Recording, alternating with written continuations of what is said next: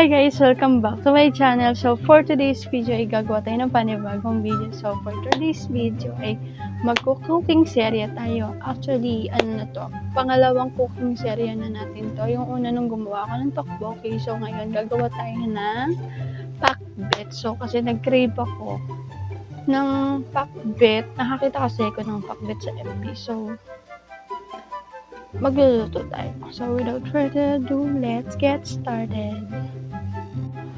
So ayan ang mga ingredients natin. Meron tayong talong, sibuyas, and kamatis, bawang, sitaw, ampalaya na 10 pesos, then okra na tigpa 5 pesos, then kalabasa, and syempre hindi mawawala ang ating bagoong.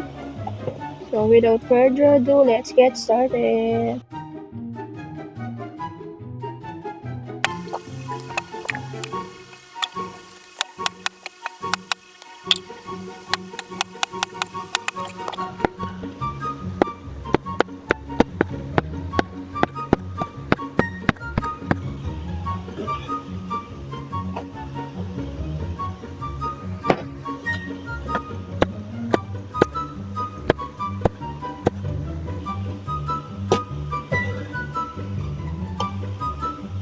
Ito yung natin sa gitna.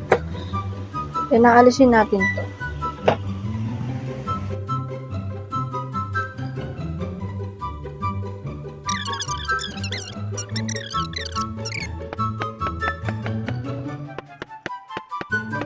Ang kamatis. Paano masabi? Ang bawang.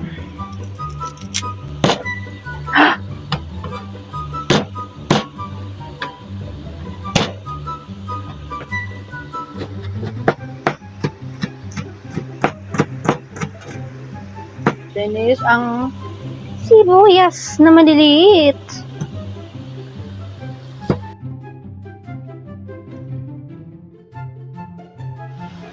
So ngayon, ang hihiwain natin is yung maliliit na sibuyas.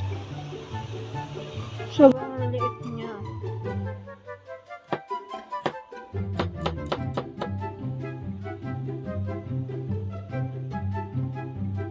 So, susunod naman natin is tong kamatis. Ganyan.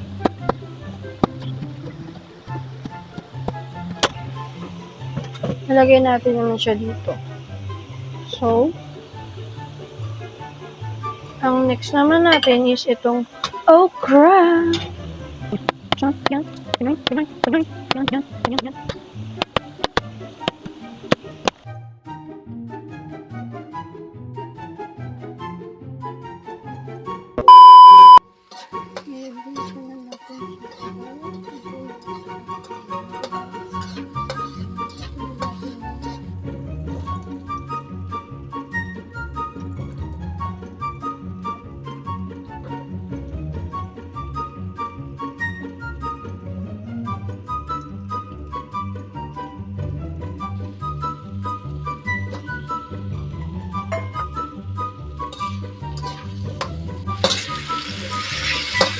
Ilagay na rin ako ng bagoong.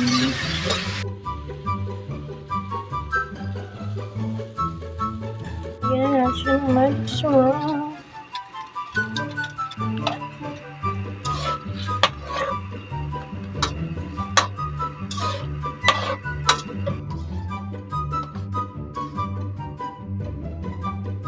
$2,000 years later.